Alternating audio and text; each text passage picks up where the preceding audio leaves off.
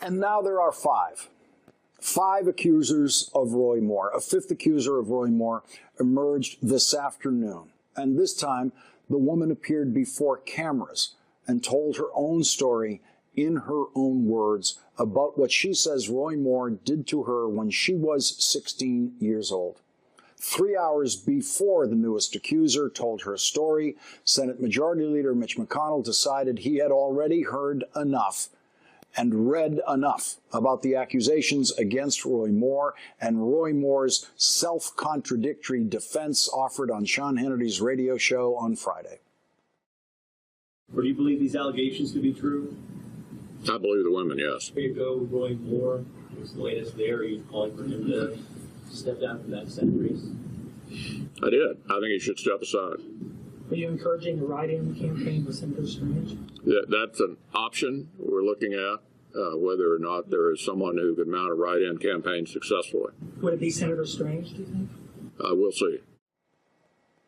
Mitch McConnell was the leader of the Senate Republicans who today stepped out of the If True group into the Roy Moore must drop out now group. Every Republican senator who endorsed Roy Moore has withdrawn their endorsement of Roy Moore, with the exception of Rand Paul, who just returned to Capitol Hill today after recovering from injuries.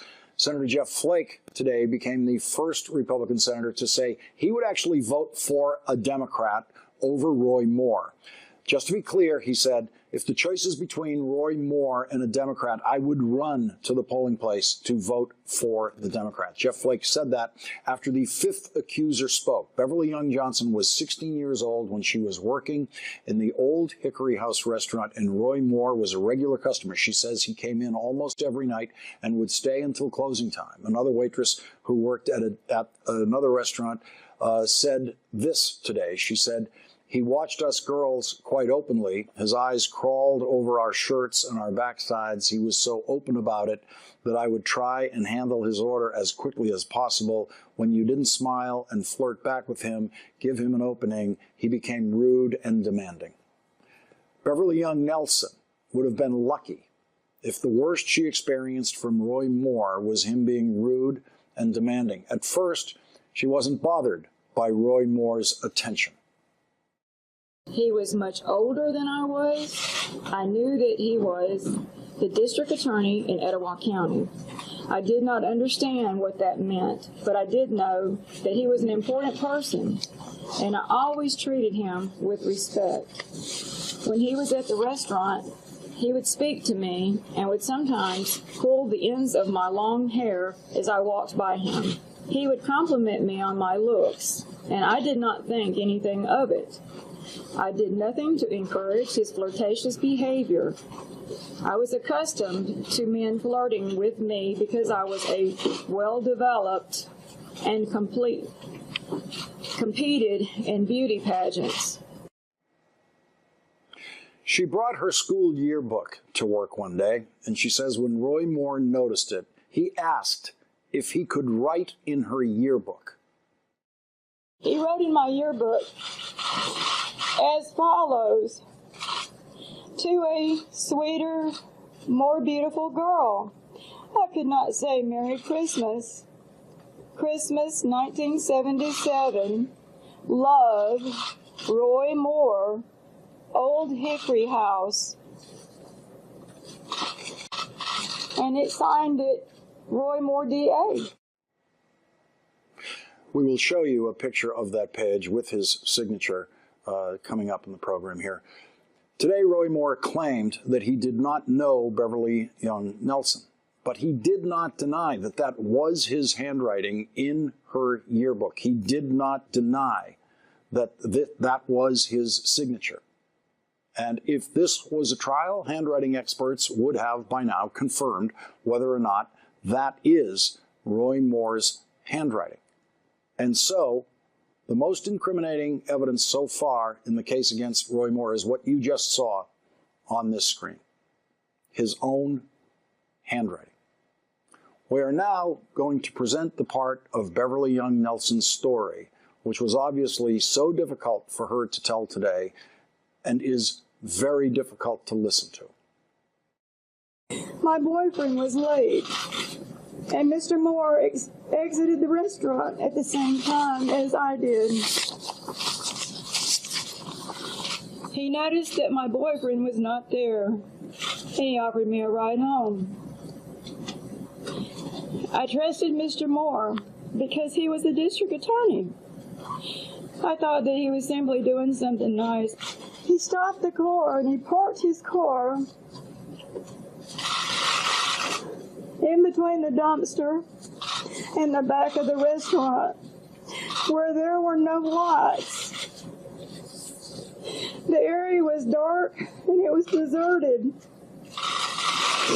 I was alarmed and I immediately asked him what he was doing. Instead of answering my questions, Mr. Moore reached over and began groping me and putting his hands on my breast. I tried to open my car door to leave, but he reached over and he locked it so I could not get out. I tried fighting him off while yelling at him to stop. But instead of stopping, he began squeezing my neck, attempting to force my head onto his crotch. I continued to struggle. I was determined that I was not going to allow him to force me to have sex with him. I was terrified. He was also trying to pull my shirt off. I thought that he was going to rape me. I was twisting, and I was struggling, and I was begging him to stop. I had tears running down my face. At some point, he gave up. And he then looked at me and he told me, he said, "You're just a child." And he said, "I am the district attorney of Etowah County. And if you tell anyone about this, no one will ever believe you." No one will ever believe you. Roy Moore was wrong. Mitch McConnell believes her. Republican Senator Cory Gardner, who runs the Republican Senate Campaign Committee and is in the business of electing Republican senators today, said this: "I believe the individual speaking out against Roy Moore spoke with courage and truth, proving he is unfit to serve in the United States Senate and he should not run for office. If he refuses to withdraw and wins, the Senate should vote to expel him because he does not meet the ethical and moral requirements of the United States Senate." The President of the United States, a self-confessed sexual assaulter, has said nothing today about Roy Moore. Nothing about the latest accuser of Roy Moore, an accuser who claims he sexually assaulted her in his car. Today, Beverly Young Nelson tried to remove any suggestion of political partisanship from her accusation, and she did it in language that no one will appreciate more than Donald Trump. My husband and I supported Donald Trump for president. This has nothing whatsoever to do with the Republicans or the Democrats. It has everything to do with Mr. Moore's sexual assault when I was a teenager. So is Donald Trump's attack machine run by Steve Bannon going to attack a Trump voter who's telling her story about Roy Moore? Beverly Young Nelson said she decided to speak after reading the accounts of the 4 women who spoke to the Washington Post about what Roy Moore did to them when they were teenage girls, including the sexual assault that Lee Korfman described when she was 14 years old. Beverly Young Johnson said that she thought she was Roy Moore's only victim. I would probably have taken what Mr. Moore did to me to my grave had it not been for the courage of 4 other women that were willing to speak out about their experiences with Mr. Moore. Their courage has inspired me to overcome my fear. Mr. Moore attacked me when I was a child. I did nothing to deserve this sexual attack. I was frightened by his position and his power, and I am coming forward today to let Mr. Moore to know that he no longer has any power over me, and I no longer live in fear of him. Courage creates more courage. It always does. Courage creates more courage, and now courage creates more unanswerable accusations against Roy Moore. Joining us now, Wendy Sherman, former Undersecretary of State for Political Affairs. She is now an MSNBC Global Affairs contributor. Also with us, Neera Tanden, President of the Center for American Progress, and Maria Teresa Kumar, President and CEO of Voto Latino and an MSNBC contributor. And Ambassador Sherman, I just want to give you the floor. I don't pretend to be able to guide this discussion, I think, better than you can all guide it. Wendy Sherman, please go first for us. Thanks very much, Lawrence. You know, I've listened to that clip several times today, and every time I listen to it, I just want to break down and cry. I really want to affirm the courage of Beverly Young Johnson and of all the women who have come forward, not just in the case of Roy Moore, who absolutely should not be in the U.S. Senate or, quite frankly, in any public office whatsoever. He actually probably ought to have been in jail some years ago for taking a 14-year-old out and assaulting her, or coming close to assaulting her. Hard to know what happened, but clearly a traumatic event in Ms. Corcoran's life. So, indeed, I want to say what you said. This is tremendous courage. And I don't often thank Senator McConnell. I am a Democrat, but I want to thank him for saying, I believe the women. 26 years ago, when I was doing politics, not national security, which happened right after 26 years ago, I spent the weekend with Anita Hill helping her to navigate the U.S. Senate in what was an incredibly depressing weekend with much of the same themes, where people said, well, you know, Clarence Thomas was going to become a Supreme Court justice, so a Judiciary Committee of all white men sat in judgment, not of Clarence Thomas, but of Anita Hill. And we all started to wear pins that said, I believe Anita Hill. I still believe her today. I believe these women. And I am very grateful that finally men in power, as well as women in power, are beginning to say that they believe these women, because after all, at the end of the day, this is about power. Who has it? Who will share it? Who is acknowledged? Who is affirmed? Whose voices are heard? This is unfortunately a story that has gone on for centuries. And each time we have a situation like this, we hope it will change the tide. We will have a new day. And I hope that the Republicans, not only in the Senate, but in Alabama, understand this. And I'm glad that AL.com put out an editorial saying today what needs to be said. Roy Moore does not belong in the U.S. Senate. He does not belong anywhere in real life. Maria Teresa Kumar, your reaction to what Beverly Nelson Young had to say today?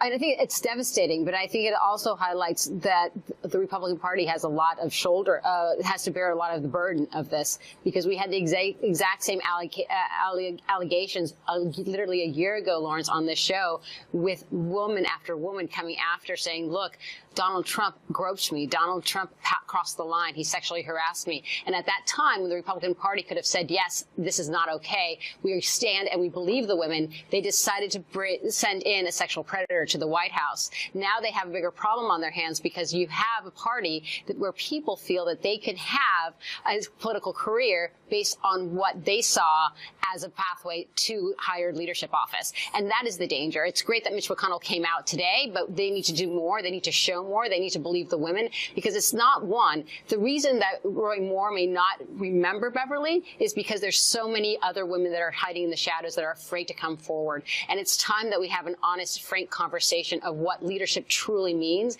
And that means making sure that women are safe in the workplace, that little girls are safe in the work where they are, and that the community comes forward. The fact that the Alabama paper came out saying that, yes, it was known that the district attorney would literally go around the mall and at high school games trying to date young girls, that should have literally, the whole community should have come out and protest. But instead, they decided to elect him year after year. And Neera Tanden, your reaction to what Beverly Young Nelson had to say today, the fifth accuser now to go public?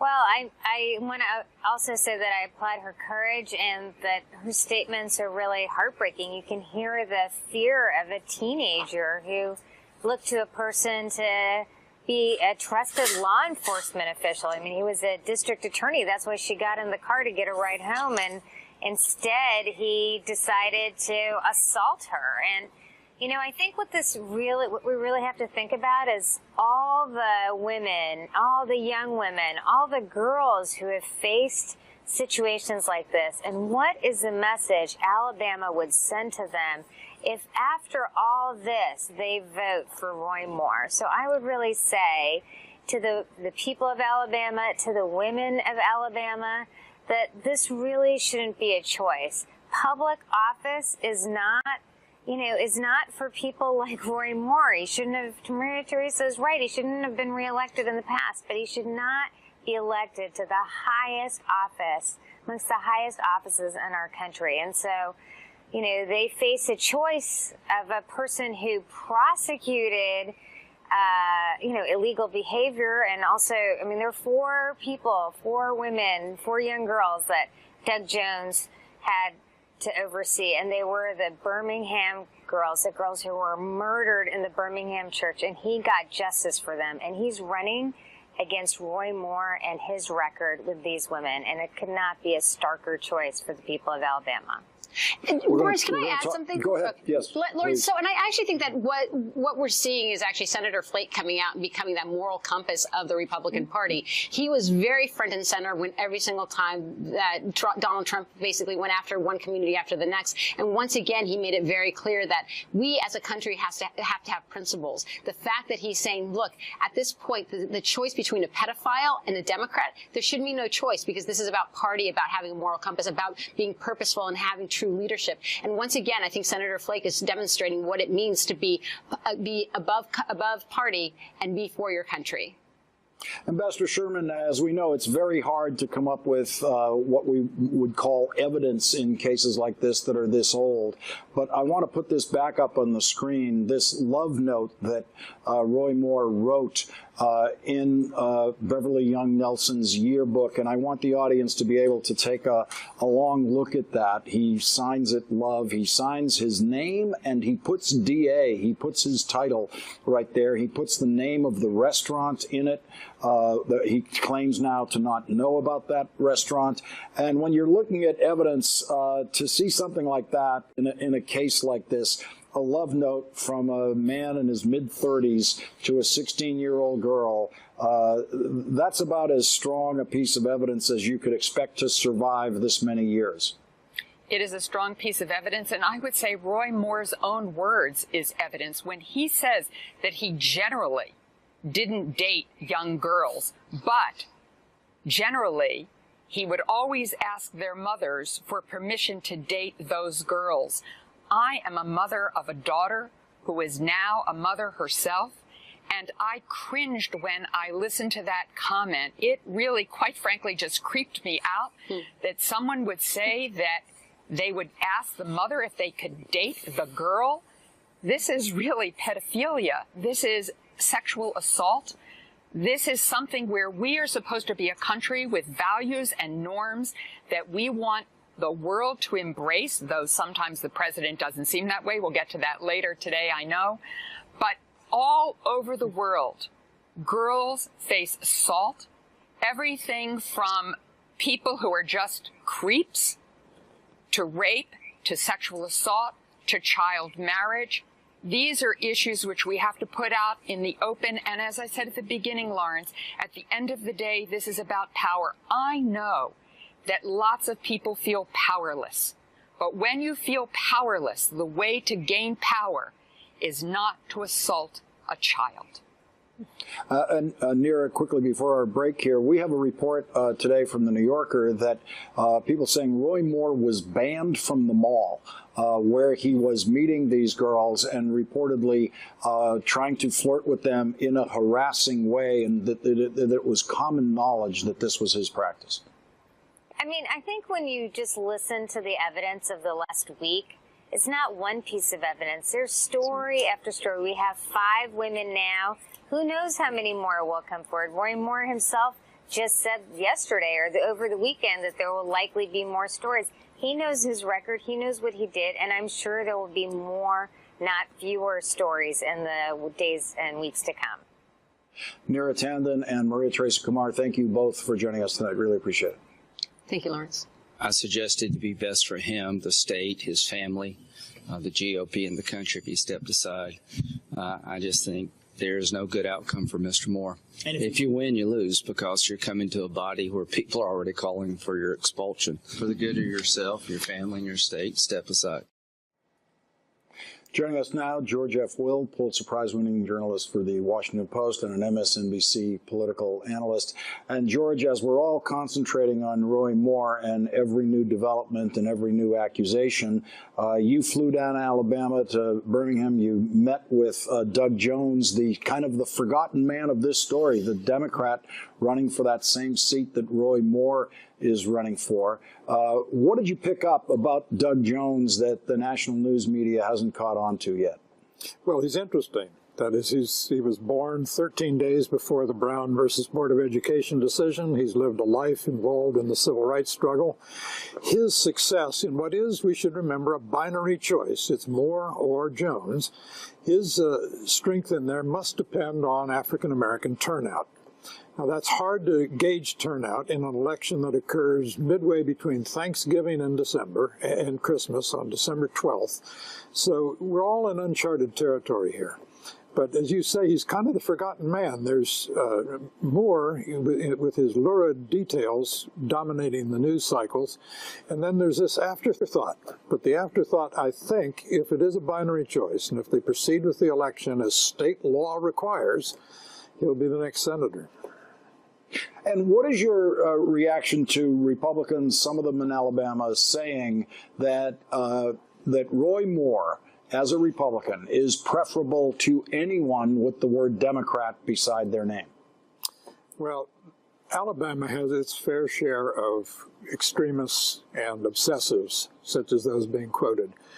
But, Lawrence, the last acceptable bigotry in this country is contempt for the South. And I think that the contempt being shown for Alabama, people accepting as sort of documentary evidence the hostile caricatures of Southerners, is just wrong. It's a big, complicated state with a big, complicated history. And that's one reason why it will be healthy for this to go forward and let Alabama choose and show what the majority of Alabamans look like. And I have a feeling that Alabama will pleasantly surprise a lot of people. George, when I began working in the United States Senate, which to me doesn't seem all that long ago, both of the Alabama senators were Democrats. What has changed since the early 1990s that makes it so difficult for the Democrat? Well, the move to the Republican Party was relatively swift and absolutely decisive. It hasn't been since 1994 that a Democratic candidate for the Senate even got 40% of the vote. The last person elected as a Democrat was Senator Shelby in 1992, and he promptly changed to the Republican Party immediately after Republicans took charge of Congress and had seniority to offer him in 2 years later. So there has been a sense in which being a Democrat is simply not socially acceptable. But compared to what? If Mr. Moore is a standard of what is the alternative to being a Democrat, if he's a standard of what is socially acceptable, this is an easy choice again, as long as it's a binary choice. And what did you find with Alabamans when you got a chance to talk to them? How closely are they following this? Are they waiting for more shoes to drop? Well, they're waiting for the Auburn-Alabama game, and there are lots of distractions in the air down there, and they're like most Americans everywhere. They're not really obsessed by politics, but people are paying attention, and it's a state, I think, like all Americans, is capable of chagrin. And this is not a shining moment for the state. They're proud people down there. They don't like being told what to do, which is why it's probably not altogether helpful when Mitch McConnell starts giving advice to Mr. Moore, telling him to get out. Although, what McConnell says is perfectly sensible. But if the Alabamans are left alone to make up their minds, I think they deserve the benefit of the doubt and a modicum of trust. George F. Will, thank you for joining us with your reporting from Alabama. Really appreciate it, George. Glad to be with you.